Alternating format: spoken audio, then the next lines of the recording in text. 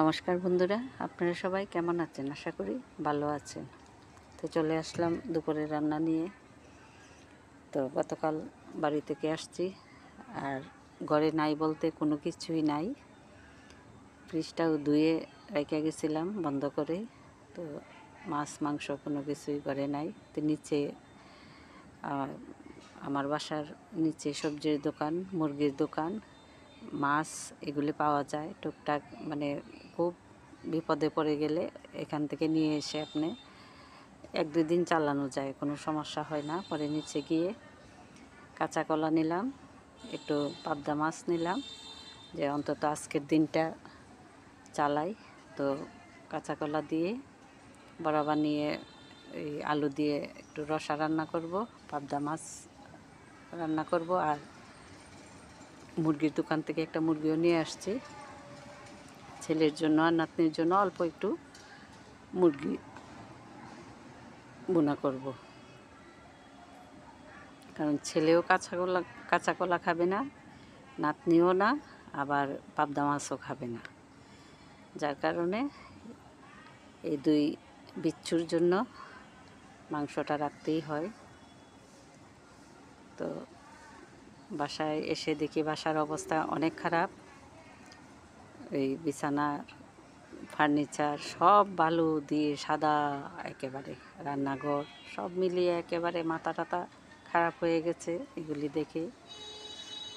কোনটা রেখে কোনটা করব, এদিকে রান্নাও করতে হইতেছে, প্রচণ্ড গরম, এই ধোয়াধুয়ির কাজ। তো সব কাপড় চোপড় একেবারে বারান্দায় নিয়ে রাখছি। একটা কাজের বুয়া আছে, ওই বুয়াটা যদি আসে তাহলে ওকে দিয়ে ধোয়াবো, নতুবা রান্নার পরে যখন স্নানে যাব একটু একটু করে নিজেই ধুয়ে ফেলবো।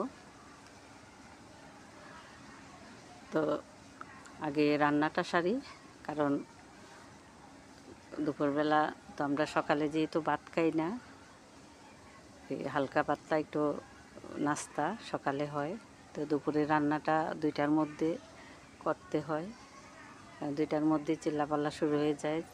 ছেলে তো 1:30 বাজলে বলবে মা ভাত হয়েছে, তরকারি হয়েছে। নাতনিও এরকমই। যার কারণে আগে আমি খুব তাড়াতাড়ি রান্নাটা সেরে কাপড় ধোয়া বা অন্য কাজ এগুলি আমি স্নানে যাওয়ার সময় রেখে দিই, স্নান করার সময় নিয়ে যাই। তো কাপড় আর ধুইব না, এদের রান্নাটা করে এদেরকে খাবারটা দিয়ে আগে ফার্নিচারগুলি মুছবো, রান্নাঘরটা পরিষ্কার করব, কিছু বাসন টাসন এগুলি মাজবো। আজ রান্নাঘরটা নিয়েই থাকবো, আগামীকাল ওই কাপড় চোপড় ধোয়া শুরু করব।